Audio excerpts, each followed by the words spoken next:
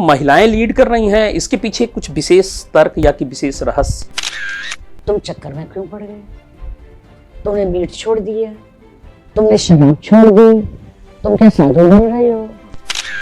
तो एक जिज्ञासा भी थी कि हिंदू धर्म में सफेद महिलाओं को सफेद वस्त्र धारण करने का एक प्रोहिबिशन है, एक रिस्ट्रिक्शन है उसमें। चाहे तो इंसान बनाए और चाहे बनाए हैवान। ब्रह्मकुमारी में कोई कमर्शियल एक्टिविटीज भी नहीं कि आप कोई प्रोडक्ट सेल कर रहे हैं, अपने यहाँ की पुस्तकें सेल कर रहे हैं या कि फीस ले रहे हैं, तो कैसे संचालन होता है आज? सारा विश्व सनातनी है, सारा विश्व, हर धर्म, हर जाति, हर आयु, हर देश, हर विदेश। ब्रह्मकुमारी एक वैश्विक और आध्यात्मिक संगठन है जो व्यक्तिगत परिवर्तन और विश्व शांति हेतु प्रयासरत है और अपने नए नए प्रयोग करता रहा है। ब्रह्मकुमारी की स्थापना 1937 में श्री लेखराज जी कृपलानी के द्वारा की गई थी, जिन्हें प्रजापति ब्रह्मा और शिव बाबा के नाम से भी जाना जाता है। आज ब्रह्मकुमारी 140 से ज्यादा देशों में पल्लवित है, पुष्पित है और नित्य निरंतर विकासशील है और अपने उद्देश्यों की प्राप्ति के लिए प्रयासरत है। मैं उमेश गुप्ता आपका स्वागत करता हूं अपने खास कार्यक्रम टीवी 27 के दिल से दिल तक में। आज हमारे बीच में हैं जोनल एडमिनिस्ट्रेटिव कोऑर्डिनेटर दीदी, हमारी प्रिय दीदी बीके अवधेश जी।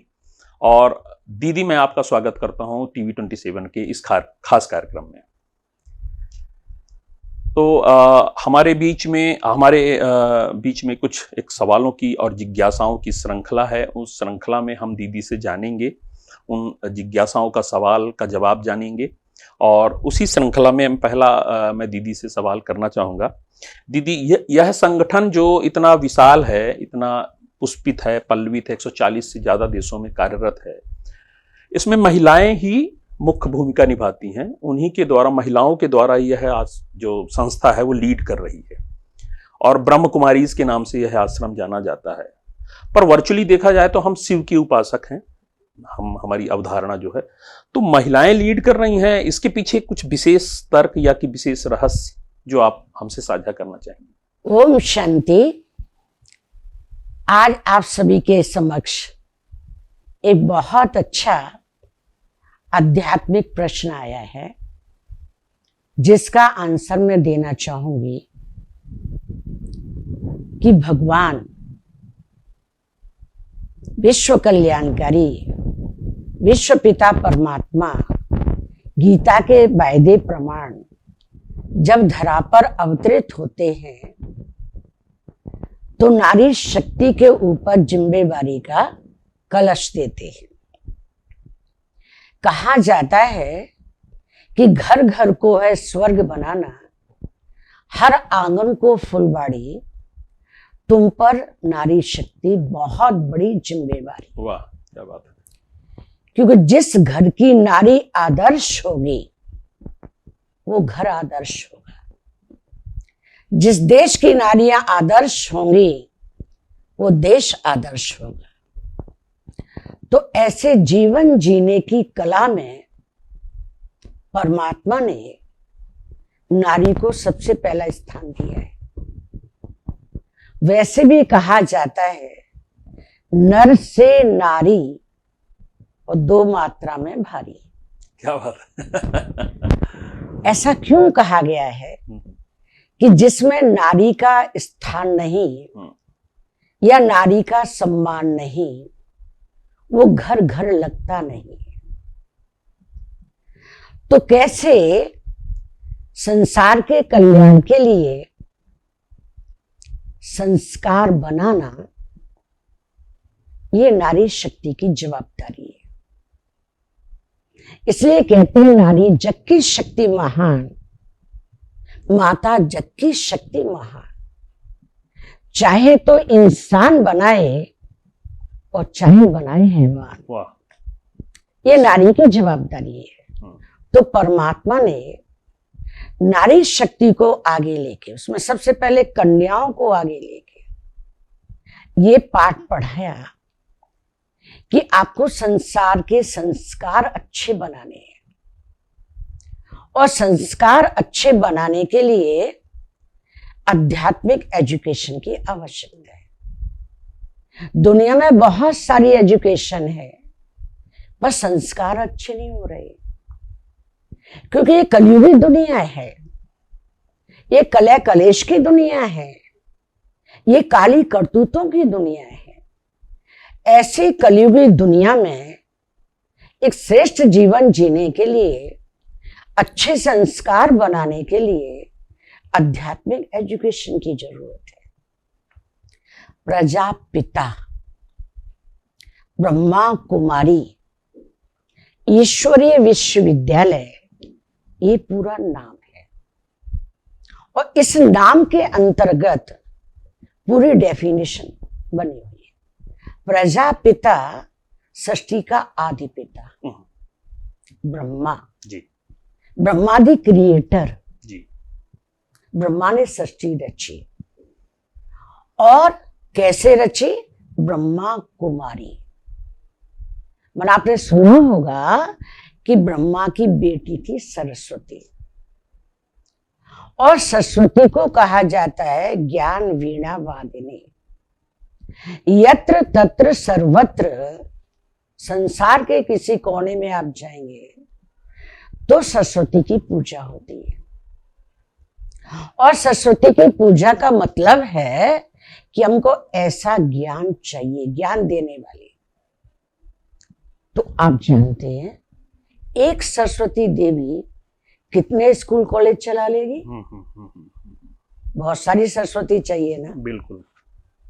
तो बहुत सारी सरस्वती कैसे बन सकती है? पैदा करके नहीं, मुख वंशावली। इसलिए कहते हैं कि ब्रह्मा के मुख कमल से सरस्वती निकली, क्योंकि ब्रह्मा ने ज्ञान दिया और ज्ञान को स्वीकार किया, अपने अंदर धारण किया, और वो सरस्वती ने सबको ज्ञान दिया, अपने समान सरस्वती बनाया।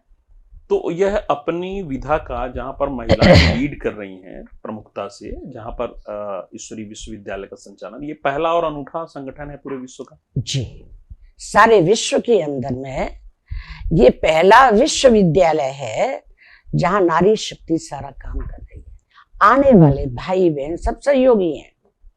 भाइयों की जरूरत है, बैलेंस चाहिए, बिना भाइयों के संसार नहीं चल सकता।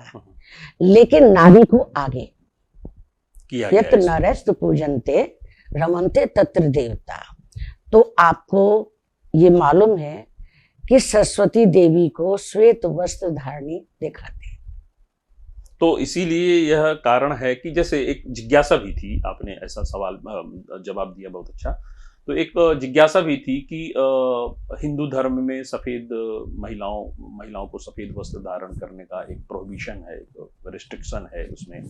तो जबकि हम शिव की पूजा करते हैं और ईश्वर ने दुनिया को रंगीन बनाया है, तो क्या हम वही सरस्वती जी की अवधारणा को लेकर सफेद वस्त्र धारण करते हैं? जी, श्वेत वस्त्र का बहुत गहरा महत्व है जी। सबसे पहला महत्व तो ये है कि श्वेत वस्त्र पवित्रता का सूचक है। हाँ, बहुत बढ़िया। क्योंकि पवित्रता है, हाँ। वहां पर हर प्रकार से कलर वलर ये सब नहीं होता है, वाइटनेस। दूसरी विशेषता ये है कि श्वेत वस्त्र अपने आप में इतनी बड़ी पहचान है, लाखों में पहचाने जाते हैं। आप कितने भी अच्छे हैं, बढ़िया ड्रेस आप पहने हुए हैं, आपको कोई नहीं पहचानेगा। और हम चले गए, चाहे उसमें भाई हैं चाहे बहनें हैं, वो पहचान में आएंगे। दूसरी यूनिफॉर्म है। इस ईश्वरीय विश्वविद्यालय में जो भी आते हैं उनके लिए ये नहीं है अलाउ कि आप श्वेत कपड़े पहन के आए। आने वाले तो रंग बिरंगे जैसे जिसको चाहिए पहन के आते हैं। लेकिन जब हमारा कोई प्रोग्राम होता है, फंक्शन होता है, तब व्हाइट ड्रेस में। और जो आश्रम पर रहने वाली बहनें हैं उनके लिए कंपलसरी है, वो यूनिफॉर्म में रहती है। तभी तो पहचानी जाएंगी कि ये ब्रह्मा कुमारी है, ये ब्रह्मा कुमारी भाई बहन है। तो यूनिफॉर्म है। दूसरी, मैं आपको बहुत अच्छी बात बताती हूँ कि अगर हमारी ड्रेस वाली अटैची कोई चोर उठा के ले जाएगा तो उसको वापस करनी पड़ेगी। ऐसा क्यों? सफेद कपड़े कोई पहनेगा ही नहीं, वो कहीं जा ही नहीं सकते, उसको वापस करना पड़ता है। हजारों बार ऐसा हुआ है। अति साधारणता का प्रतीक है और अति गरीबी का भी प्रतीक है। वैसे क्लियर बात तो ये है, सफेद कपड़े शाही लोग पहन सकते, हर एक नहीं पहन सकते। वाह, क्योंकि उसकी व्हाइटनेस है, वो सिंपल नहीं है। लोग हमसे पूछते हैं आपकी ड्रेस क्या पेरिस से आती है क्या, साबुन कहाँ से आता है, कहाँ से धुलाई होती है? सफेदी बनी रहती है। सफेदी बनी रहती है। तो सफेद कपड़े भी ना स्वच्छता का प्रतीक है, पवित्रता का प्रतीक है, सिंपलिसिटी का प्रतीक है और हमारे हर प्रकार सेफ्टी का प्रतीक है। तो इतना विशाल आश्रम की श्रृंखलाएं 140 देशों से हम फैलते ही जा रहे हैं, बड़े होते जा रहे हैं। जो आश्रम की दिनचर्या है उसमें प्रसाद है, भंडारा है, बहुत सारे आप सामाजिक गतिविधियों के कार्य करते हैं, पैसे आप लेते नहीं। इतना बड़ा संचालन कैसे चलता है बिना पैसों के? क्योंकि जो अमूमन देखा जाए तो ब्रह्म कुमारी में कोई कमर्शियल एक्टिविटीज भी नहीं कि आप कोई प्रोडक्ट सेल कर रहे हैं, अपने यहाँ की पुस्तकें सेल कर रहे हैं या कि फीस ले रहे हैं, तो कैसे संचालन होता है आश्रम? इसका बहुत सुंदर तरीका है। इस तरीके को अगर आप समझ लेंगे जी तो विश्व के कल्याण में आप सभी का बहुत बड़ा योगदान हो जाएगा। वंडरफुल बात यह है कि यहाँ जो क्लास कराई जाती है उसमें 3 सूत्र बताए जाते हैं। पहला सूत्र है विश्व एक परिवार है, हम सभी एक पिता की संतान हैं, आपस में भाई और बहन है। तो भाई और बहन मिलकर के एक दूसरे को सहयोग देते हैं, फीस नहीं लेते हैं, कोई शुल्क नहीं होता है, लेकिन सहयोगी होते हैं। तो यहाँ जो भी आने वाले हैं जिस विधि से सहयोगी बन सकते हैं वो सहयोगी बनते हैं। हमारे भंडारी सिस्टम में उसमें डालते हैं, कोई डिमांड नहीं है, कोई हाथ में नहीं लेते, जिसको भी जो देना होता है भंडारी में डालते। तो कभी ऐसा भी तो होता है कि प्रोग्राम कोई हो रहा है, उसका एस्टिमेटेड बजट X है मान लीजिए, और हमारे पास X कलेक्शन नहीं आ पाया, देन हम क्या करते हैं उसमें? तो आपको बहुत अच्छी बात बता रहे हैं। दूसरा सूत्र है हमारा जी, वो है परिवर्तन। आप देख रहे हैं आज की दुनिया में वेस्टेज मनी कितनी हो रही है। साधारण से साधारण व्यक्ति, गरीब से गरीब व्यक्ति और हाई पर्सनालिटी वेस्टेज मनी, बीड़ी, सिगरेट, शराब, मदिरा, प्याज, लहसुन, अंडे, मीट, फैशन, करप्शन, इसमें कितना वेस्टेज जा रहा है? बिल्कुल जा रहा है। अगर आप एक दिन की, ये हमने दैनिक भास्कर में पढ़ा था, हम तो जानते ही, हम तो सबको बताते हैं, लेकिन उन्होंने निकाला था एस्टिमेट कि हमारे भारत देश का सुबह 7 बजे से लेकर रात्रि 10 बजे तक इसी प्रकार के खान पान में 16,000 करोड़ रुपया वेस्ट जाता है। 16,000 करोड़ रुपया। अब इसको कैसे बचत करते हैं ये आपको स्कीम बताते हैं। यहाँ बताया जाता है कि हमें अपने भारत को और सारे विश्व को सुख में बनाना है। इसके लिए हम क्या त्याग कर सकते हैं? उसके लिए त्याग भगवान बताते हैं कि वेस्ट को बेस्ट बनाओ। अंडे, मीट, मदिरा, शराब, बीड़ी, सिगरेट ये जीवन के लिए आवश्यक नहीं है, ये समझदारी का सौदा नहीं है। बिल्कुल सही। ये केवल आदत के गुलाम बन गए। बिल्कुल। अगर इस आदत को आप छोड़ेंगे तो यहाँ की अदालत से भी आप बरी हो जाएंगे और धर्मराज की अदालत से भी बरी हो जाएंगे। तो 50% आप बढ़िया खाओ, फल, फ्रूट, मेवा, मिष्ठान जो भी, और 50% विश्व के कल्याण में लगाओ। कितना अच्छा सिस्टम है। बहुत बढ़िया, बहुत बढ़िया। तो इस परिवर्तन से ये कारोबार चल रहा है। ईमानदारी है ना। अगर आपने 100 रुपए की सिगरेट पी, 50 रुपए के फल फ्रूट खाओ, 50 रुपए भंडारी में डालो। तो ये परिवर्तन में कितनी सफल होती हुई आप प्रतीत 100%। हर एक का अलग अलग है, परंतु हमें कोई डिमांड नहीं करनी पड़ती, किसी से मांगना नहीं पड़ता। कभी कोई ऐसा दिन नहीं पड़ा है कि हमारी भंडारी में पैसा ना आया हो और हमें किसी चीज की कमी महसूस हो रही है। आप देख रहे मकान बन रहे हैं, फंक्शन हो रहे हैं, हो रहे हैं, जिसके मन में जो आता है, पैसा देना होता है पैसा डालते हैं, राशन देना होता है राशन डालते हैं, 1000 देना होता है 1000 डालते हैं, 100 देना होता है 100 डालते हैं। हम तो भंडारी खोलते, हमारा हिसाब तब क्लियर होता है। क्या बात है। तो सामाजिक समस्याओं की यदि बात करें दीदी, तो पारिवारिक मूल्यों का क्षरण होता जा रहा है, तो पारिवारिक मूल्यों के संरक्षण हेतु या कि महिला सशक्तिकरण, जैसे आपने कहा कि महिला संस्कार देती हैं, तो महिलाओं के सशक्तिकरण और पारिवारिक मूल्यों के संरक्षण हेतु आश्रम क्या प्रयास कर रहा हो, कितना सफलता पा रहा है कि हाँ हम उस उद्देश्य की पूर्ति की प्राप्ति कर पा रहे हैं? हाँ, तो हम तीसरा पॉइंट बता रहे हैं आपको। जी जी जी। तीसरा है परमार्थ। जी, हम आपको ट्रेनिंग करा रहे हैं। जी जी बिल्कुल। 3 पॉइंट है ना, परिवार, हाँ, परिवर्तन, परमार्थ। परमार्थ में कहा जाता है कि अपने लिए जिए तो क्या जिए। ये जीवन वो होता है जो दूसरों के लिए जिया जाता है। कहावत है, नदियां न पिए कभी अपना जल, वृक्ष न खाए कभी अपना फल। अपने तन का, मन का, धन का जो दूसरों को देता दान रे, वो सच्चा इंसान रे, इस धरती का भगवान रे। क्या बात? धरती के भगवान कौन होते हैं? वो ऊपर में नहीं बैठे हैं इस संसार पे, ऐसे लोग हैं जो अपना भी कारोबार चलाते हैं और विश्व कल्याण के लिए भी सहयोग देते हैं। तन का, मन का, धन का, समय का, संकल्प का, श्वास का, जिसके अंदर जो विशेषता होती है, जो गुण होता है। तो ये आपके यहाँ यदि कोई आता है तो उसके अंदर ये फील कैसे आता है कि हाँ मेरे पास ये एडिशनल है, ये मेरे को सेवा में लगाना चाहिए, समाज की सेवा में लगाना चाहिए? ये देखिए, यहाँ 7 डेज का कोर्स होता है। 7 डेज के कोर्स में सारी एजुकेशन बेसिक दी जाती है और बेसिक एजुकेशन के बाद में डेली क्लासेज होती है 1 घंटे की, जिसमें मेडिटेशन होता है और एजुकेशन होती है। क्योंकि बिना एजुकेशन के तो कोई बात समझ में नहीं आएगी, तो रोजाना क्लास करते हैं। जिनके पास सवेरे का टाइम होता है वो सवेरे, जिनके पास इवनिंग टाइम होता है इवनिंग में। तो इससे उनको लगता है कि हम 20 चीज कहाँ कर रहे हैं। और आज आप देख रहे हैं कि एक व्यक्ति इतना गुलाम बन चुका है, 2.5 इंच की सिगरेट 5 फुट का व्यक्ति कंट्रोल नहीं कर पा रहा है।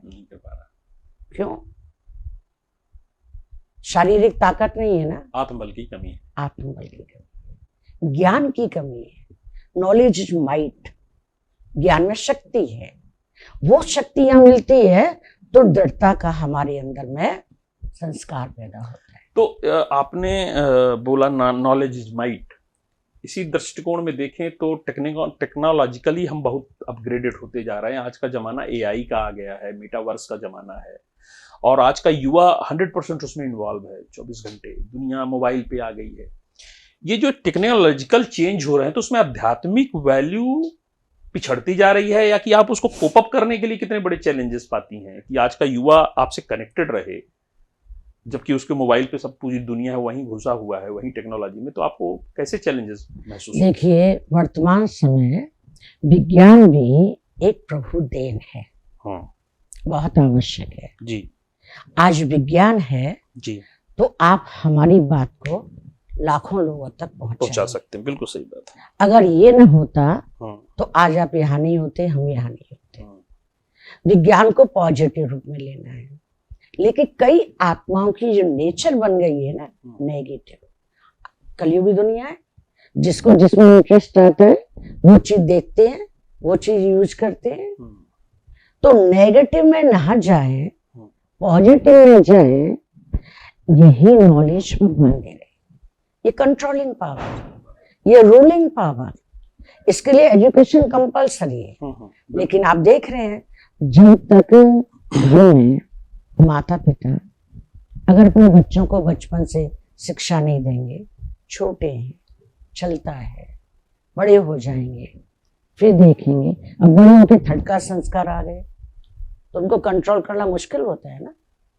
इसलिए बचपन से छोटे छोटे बच्चों को अगर आप अच्छे संस्कार देंगे तो चाहे वो संसार में कहीं भी चले जाए और कितना भी गंदा वातावरण होगा लेकिन वो सेफ रहेंगे।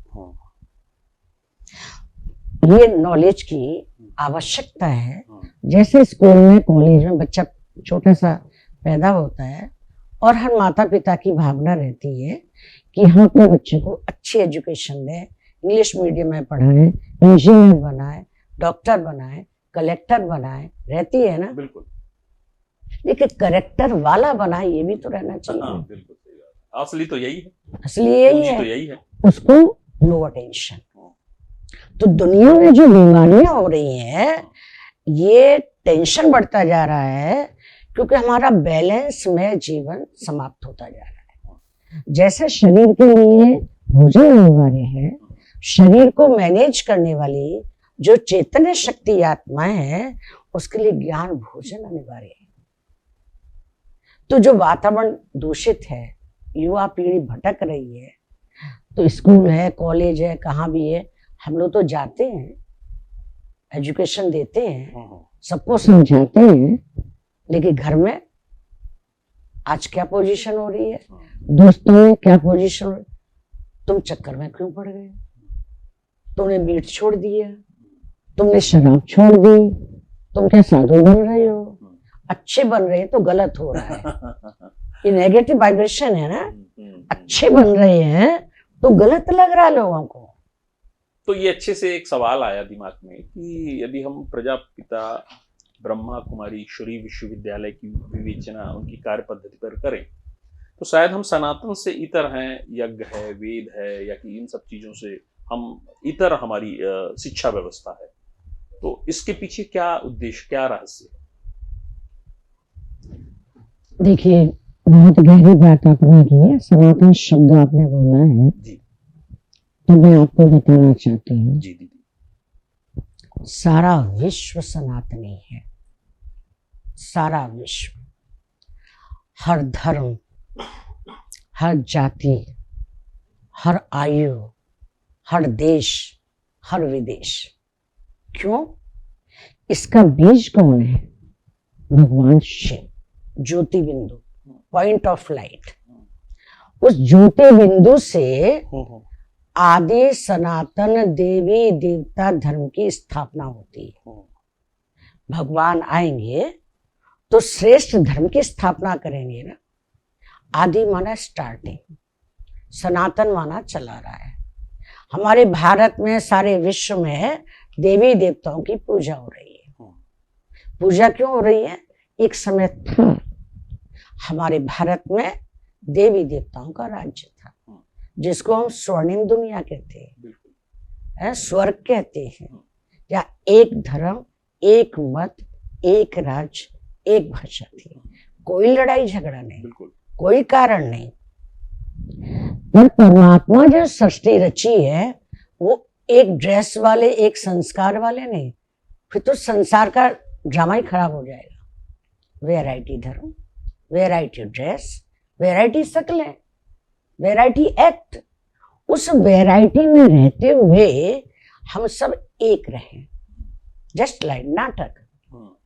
नाटक में एक ही गीत चलता रहे, एक ही डांस चलता रहे, एक ही ड्रेस चलता रहे, वो अच्छा कैसे लगेगा?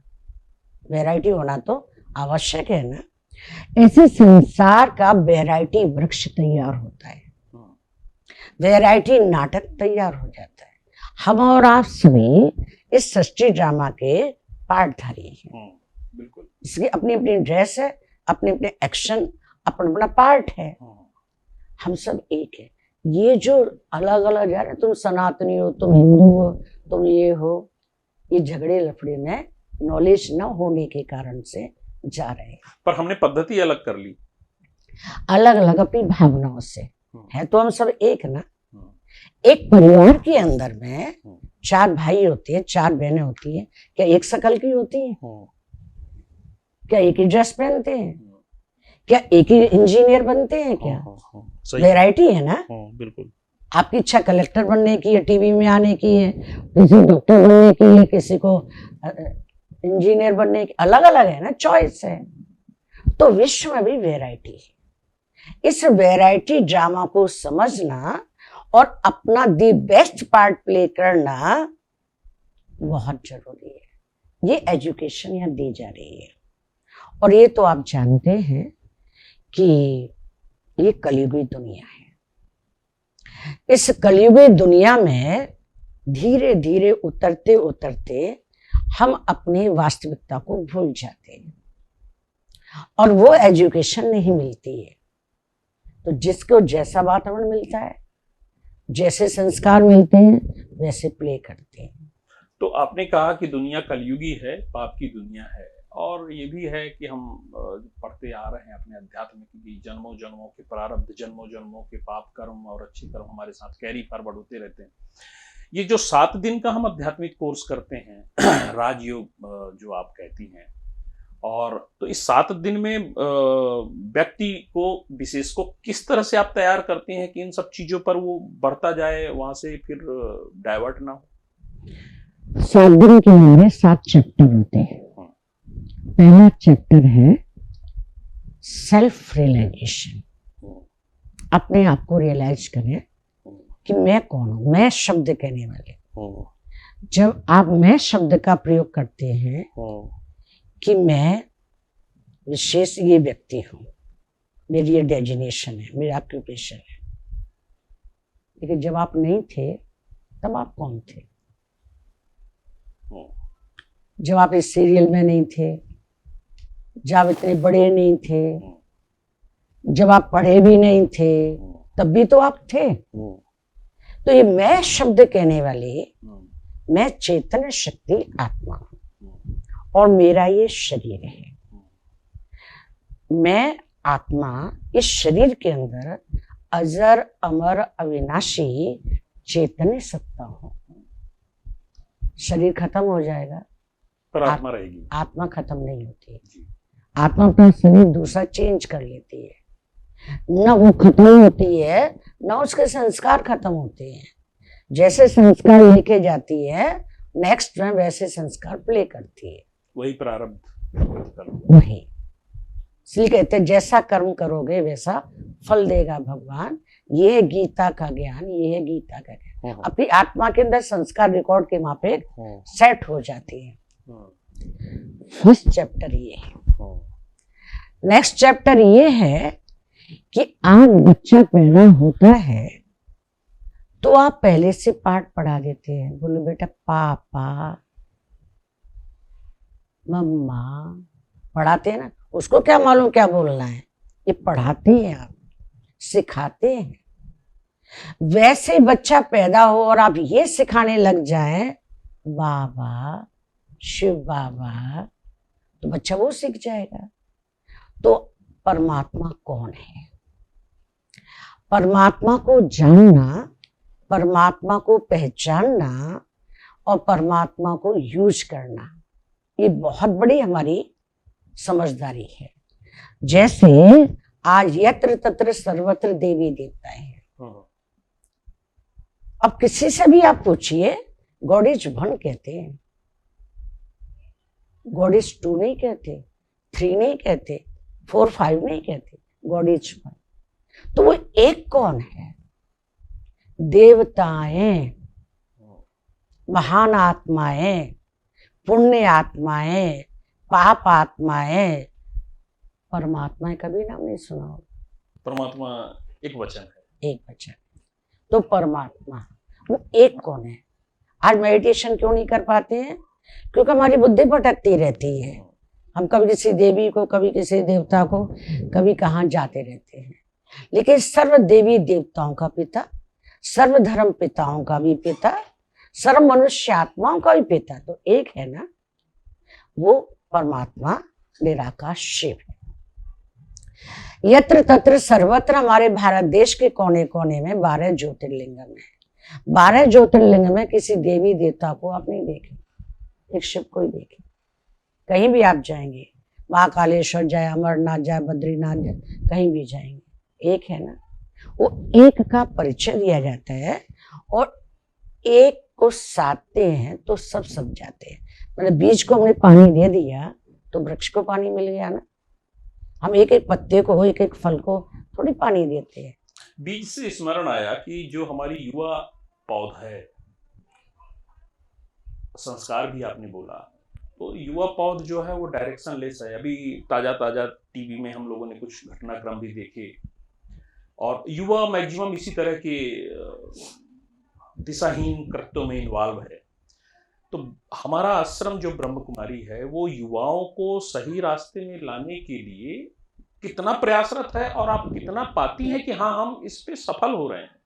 देखो, आपको बताएं, इस समय पर पूरे भारत और विश्व में युवा बहनें, युवा भाई करोड़ों हैं, करोड़ों हैं जो इस जीवन को अपना रहे हैं, नॉलेज ले रहे हैं।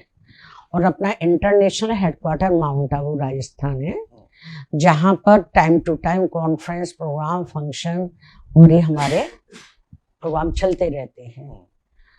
तो जो युवा पीढ़ी है वो सबसे ज्यादा लाभ ले रही है।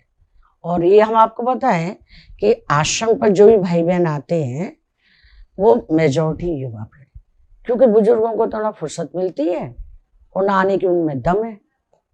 लेकिन जो बच्चे हैं, जो माता पिता अपने बच्चों को भेजते हैं, तो आप ये पाती हैं कि संस्था जो है अपने उद्देश्यों की तरफ सफल हो रही है, उद्देश्यों को प्राप्त किया। ऐसा है। अब 100% तो हम नहीं कहेंगे, फिर तो सारा विश्व स्वर्ग बन जाएगा फटाफट। लेकिन हम 75% तो कह रहे हैं। बहुत बढ़िया। 75% में नंबर ले रहे हैं। आप देश में विदेश में कहीं भी आप जाएंगे, आप सोचेंगे उनके बारे में, आप सुनेंगे तो आपको वंडर लगेगा कि वहाँ का खान पान कैसा है। पीने में तो शराब पीते हैं और जो आश्रम पर आने वाले नहीं पीते हैं। खाने में मीट खाते हैं और वो नहीं खाते हैं, शुद्ध शाकाहारी भोजन खाते हैं। आप कहीं भी जाके लंदन में, अमेरिका में कहीं भी जाइए, और क्लास भारतवासी कम करते हैं। भारतवासी तो क्या कहें, बहुत बिगड़े हुए हैं। अच्छा। क्योंकि बहुत, मैं इसलिए कह रही हूँ क्योंकि उनके अंदर में इस प्रकार की नॉलेज की कमी है, नॉलेज की कमी है। अमेरिका में आप जाएंगे, रसिया में आप जाएंगे और किसी देश में जाएंगे तो क्लास के लिए लाइन लगती है, ये क्या कहेंगे, पास लगता है। सवेरे ठीक 7 बजे से 8 बजे तक एक क्लास होगी, हजारों भाई बन जाएंगे। अगर 5 मिनट लेट हो गए तो वेट कीजिए। फिर 8 से 9 क्लास चलेगी, 9 से 10। इतने बड़े बड़े हॉल नहीं होते हैं तो यूनिवर्सिटी में जाते हैं। तो अभी आपने जैसे कि कहा कि भारत के लोग तो थोड़ा सा नॉलेज में कमजोर है और इसमें है, तो सभा अब जो हमारी आपकी परिचर्चा चल रही है उसके समापन की तरफ हम हैं। आखिरी में आप भारत की युवाओं को, भारत की जनरेशन को, भारत के लोगों को क्या शिक्षा देना चाहेंगी कि हाँ वो अपने आचरण को बदलें, इस घोर कलयुग में एक सही व्यक्ति बने जो आश्रम जिस उद्देश्य की प्राप्ति के लिए 140 देशों में आज पल्लवित है, पुष्पित है और प्रयास कर रहा है? हमारी तो अपने भारत देश के प्रति इतनी शुभ भावना है, क्योंकि भारत हमारा धर्म प्रधान देश है। भारत सारे विश्व का हृदय स्थल है, हृदय स्थल है। यहाँ से सारा विश्व वाइब्रेट होता है। तो भारत अच्छे से अच्छा होगा, सारा विश्व ऑटोमेटिक हो जाएगा। लेकिन भारतवासी अपने वास्तविकता को पहचाने, अपनी भारतीय सभ्यता संस्कृति को पहचाने। हमारे भारत देश की सबसे बड़ी सभ्यता संस्कृति आध्यात्मिकता और विज्ञान, दोनों का बैलेंस रखना है। हमें विज्ञान का भी पूरा सहारा लेना है और आध्यात्मिकता का भी सहारा लेना है। इसके लिए ध्यान रखना है कि आध्यात्मिकता है हमारी आंखें और भौतिकता है हमारी टांगें। टांगों से हम दौड़ सकते हैं, मंजिल तक पहुंच सकते हैं, पर देख नहीं सकते। और बिना आंखों के दौड़ेंगे तो धक्के खाएंगे, धोखा खाएंगे, भटकेंगे। वाह। इसलिए भगवान कहते हैं, बच्चे मैं बैलेंस में जीवन जीने की कला सिखाने आया हूं। आप जिस ओहदे पर पहुंचना चाहो पहुंचिए, भगवान मना नहीं करते। जिस स्थिति पर आप जाना चाहो, लेकिन सफलता का सूत्र है बैलेंस। बैलेंस से मिलती ब्लेसिंग्स। किसकी? पहले तो अंतरात्मा की, मेरी आत्मा संतुष्ट हो गई। दूसरी है भगवान की, तीसरी है प्रकृति की, चौथी है आप सभी की, समाज की। तो जहां बैलेंस गड़बड़ा जाता है तो वहां गड़बड़ हो जाता है। बैलेंस में तो सर्कस कितना अच्छा होता है। वाह। तो ये हमारे साथ थी हमारी दीदी परम आदरणीय पीके अवधेश जी, और इन्होंने अपने संपूर्ण जीवन को समर्पित किया है ब्रह्म कुमारीज आश्रम के द्वारा, ताकि वह समाज सेवा कर सकें, मानव परिवर्तन कर सकें, व्यक्तित्व विकास कर सकें और विश्व में, देश में शांति का एक संदेश फैला सकें। मैं उमेश गुप्ता टीवी 27 न्यूज़ की तरफ से बहुत बहुत आभार प्रदर्शित करता हूं दीदी आपका। आपने समय दिया और हमारे साथ हमारी जिज्ञासाओं का आपने बहुत ही सुरुचिपूर्वक जवाब दिया। बहुत बहुत धन्यवाद। आपको भी बहुत बहुत थैंक्स। आपने समय दिया और इस प्रकार भगवान के संदेश को आप जन जन तक पहुंचाएंगे, सबका बहुत ढेर सारा आशीर्वाद पाएंगे। हमारी तरफ से बहुत बहुत शुक्रिया। आप समय प्रति समय आते रहिए और सेवाओं में सहयोगी बनिए। ओम शांति।